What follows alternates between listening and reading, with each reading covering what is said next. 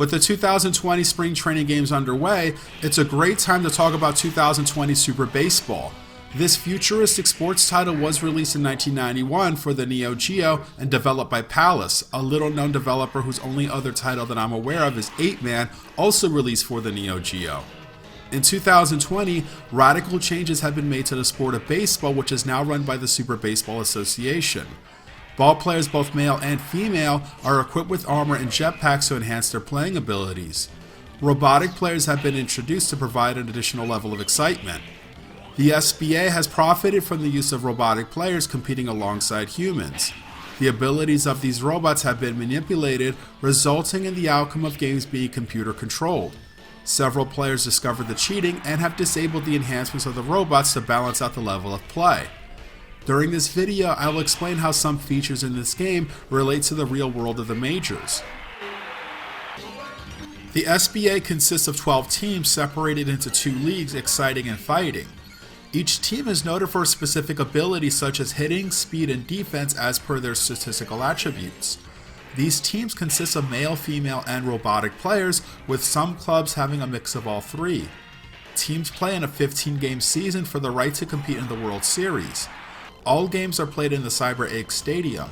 The design of the baseball field in this stadium differs greatly from a traditional field. The amount of foul territory known as a foul zone has been drastically reduced, only encompassing the area behind the diamond from third base to first base. There are jump zones marked throughout the perimeter of the field where players can leap great heights to snag fly balls. There are stop zones placed on each side of the field, which causes batted balls to come to a complete stop if they touch them. Stop zones help the fielder if a ball gets away from them, potentially preventing a runner from taking an extra base. Because players can hit the ball tremendous distances, home runs only count if the ball is hit over the home run zone located in center field. Jump zones are in front of this zone, so any balls hit above the fence isn't guaranteed to be a homer.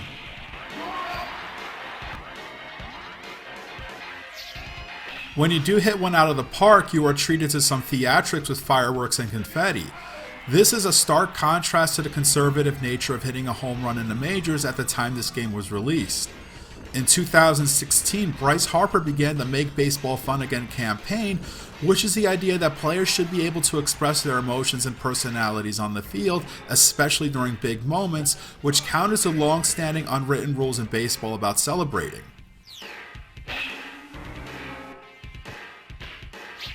By 2020, batters can hit balls at extraordinary speeds, thus the stands are covered in a plexiglass-like structure to prevent fans from being injured by line drives. On each side of the stands, there are concession stands where you could see fans ordering food. This would make them vulnerable since they're not paying attention to the action. In the real world, stadiums throughout Major League Baseball have increased the use of netting to protect the spectators due to numerous incidents involving fans injured by hard-hit balls in recent years. An article about this related to this game was covered in the Baseball Life website. A link will be in the description. Balls batted into the stands are in play unless they bounce into the foul zone, even if the ball first bounces in the fair zone seating. Depending on how hard and far a ball is hit into the field or stands, it can be difficult to advance extra bases due to the fielder's ability to throw out runners on the fly from long distances. It's possible for a batter to hit a ball into the outfield and still get tagged out at first. While this may sound impressive, numerous Major League outfielders long before the release of this game have demonstrated such throwing prowess, such as Roberto Clemente, Dave Parker, and Ellis Valentine. Links to their highlights will be in the description. To add more flair to the sport, at several points during the game, the umpire will place crackers throughout the field. Crackers are landmines that detonate if a player runs into one. This temporarily immobilizes a player, potentially allowing a batter to turn an out into a hit or for a runner to advance an extra base.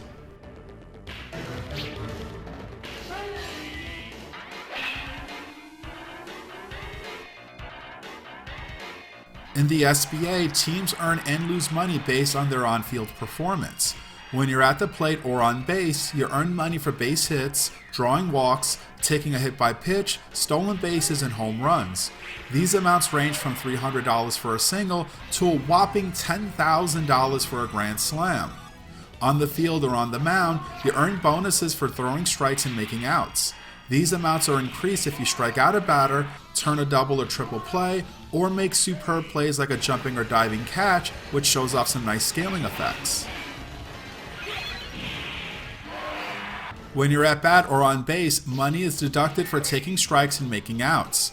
On the mound, you are penalized for issuing walks and hit batsmen. These amounts are small, ranging from $10 to $300, except for the $1,000 penalty for a hit by pitch. Occasionally, batters can be injured by beanballs. When this happens, an ambulance flies in and takes the player away. The umpire fines the offending team a hefty $2,000, while the other team is compensated $5,000. An injured player is replaced by a low-grade robot.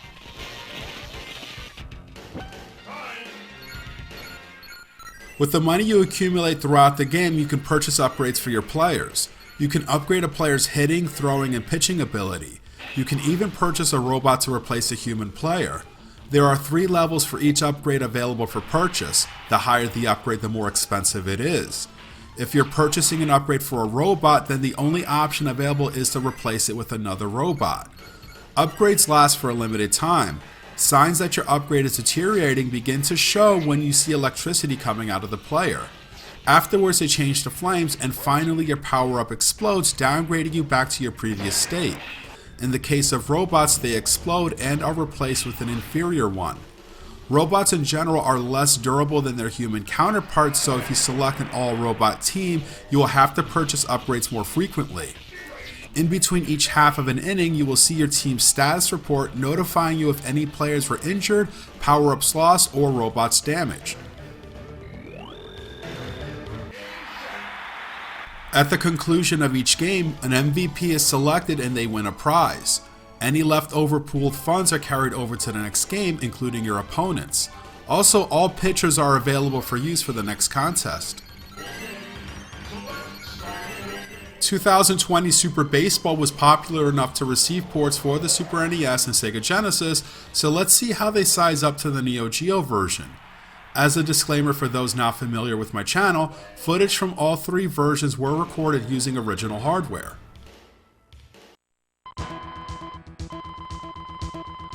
Let's begin with the Super NES port. Released in 1993, this was ported by Monolith Corporation based on what I found on the Moby Games site and published by Trade West. The storyline in the manual of the Super NES version is consistent with the Neo Geo version. Instead of using a save feature like in the Neo Geo, passwords are used to resume your progress at a later point. Excellent rotation and zoom effects are used for the Cyber 8 Stadium before the start of the game. The graphical display for the score and player stat is transparent, allowing you to see more of the field, which is nice. The Super NES version is the only one where the catchers move to catch balls pitched well outside the strike zone. Whenever teams earn or lose money, their cumulative amount is now displayed underneath the amount the team received or lost during a play, which makes it easier to keep track of how much money you have. Normally you would have to call a timeout or wait until the half inning was completed to see your total. In the Neo Geo version, it's easy to fool the fielders into taking an extra base. Don't try it in this version or else you'll easily find yourself trapped in a rundown. For example, if you hit a single and then take a short lead to stretch it into a double, the fielder will throw it to second in the Neo Geo version to prevent you from advancing, but in this port they will throw it to first to trap you in a pickle. It can be difficult to avoid getting tagged out in this situation. As a 16-bit port of a Neo Geo game, there are graphical details, animations, voices, and even gameplay features missing from the Neo Geo version. Let's begin with the graphics. Overall, this is a nice looking port with lots of color throughout the stadium. The player and robot models are colorful and detailed as well. I noticed there are missing details throughout the stadium. In the foul zone stands, there are no crowd animations and the concession stands are missing, though the crowd does animate in the fair zone seating. On the field, the foul zone wording and distance markers are missing along the left and right field sides. In the home run zone, there are no cheerleaders.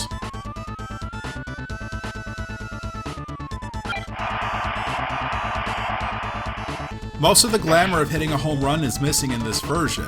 Home run distances are not shown, and you don't hear the announcer say, "It's out of here." While there are fireworks, though you don't hear them, you don't see the player rounding the bases on the scoreboard or get showered with confetti when reaching home plate.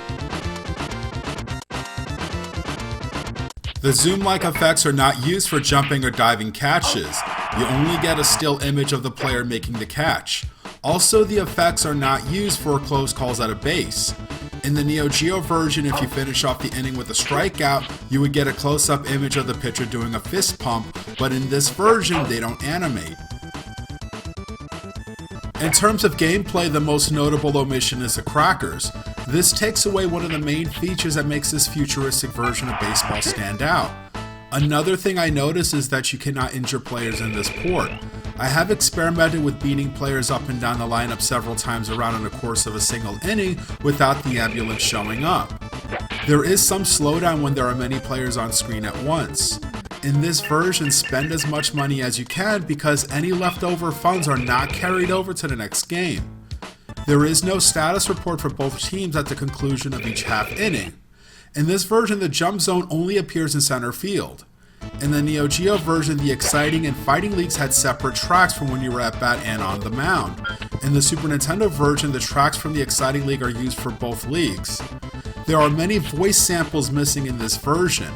In addition to the home run call I mentioned earlier, calls such as foul ball, fair ball, take your base, change, you're out, the only out is used, time, and all voices for selections before the start of a game and all options during a timeout are not present. For the few voices that are present, most of them do not sound like the arcade version except for the name of the title in the intro minus the 2020 and play ball. Here are the differences for yourself.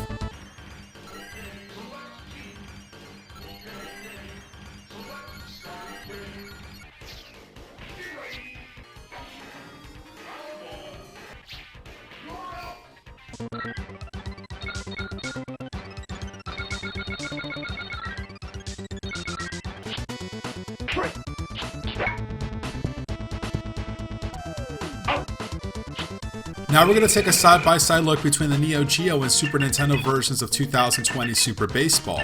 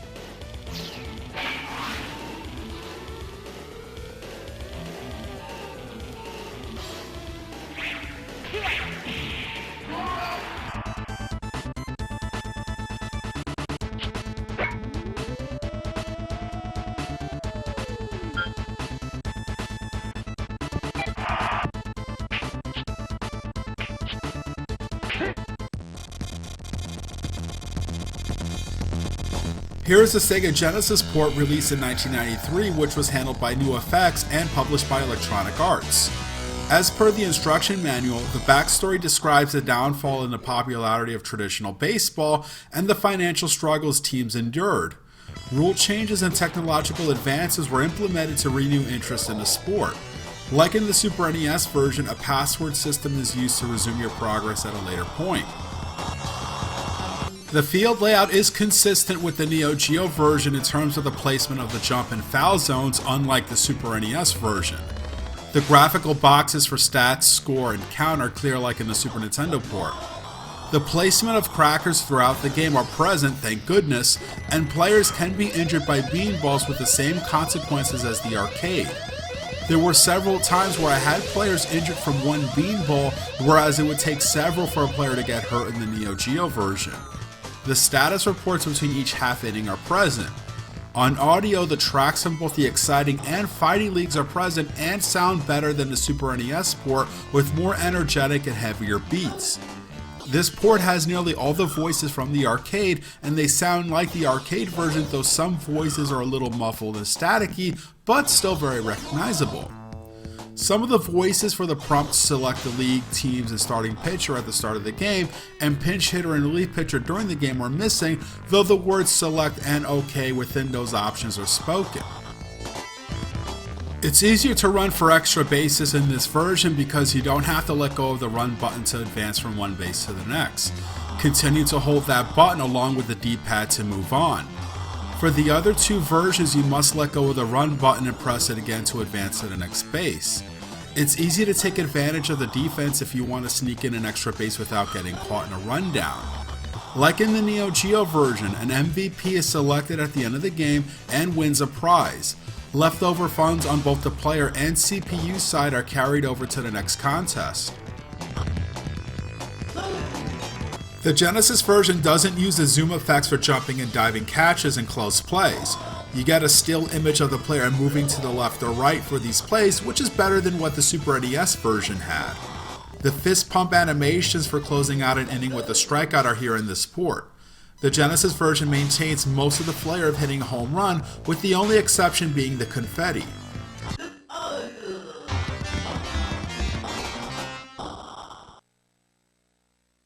The Genesis version does have some major flaws. The frame rate and the movement of the action is reduced, resulting in choppy gameplay. There is significant slowdown whenever there are many players on screen at once. The graphics are not as colorful as the Super Nintendo or Neo Geo versions. In one example, the primary color of all robots in the Genesis port are light gray, whereas in the other ports they differ in color based on their team. I noticed that the color of the turf is brighter than the other two versions. There are many graphical details missing throughout the stadium. On the field, there are no word marks for the jump, stop, and foul zones. None of the zones flash. The name of the title in front of the home run zone and the name of the stadium behind home plate are missing. The home run zone graphic that appears above the center field fence when a ball is in play is missing. There are no crowd animations in the foul zone stands. While the concession stands are there, no people are present.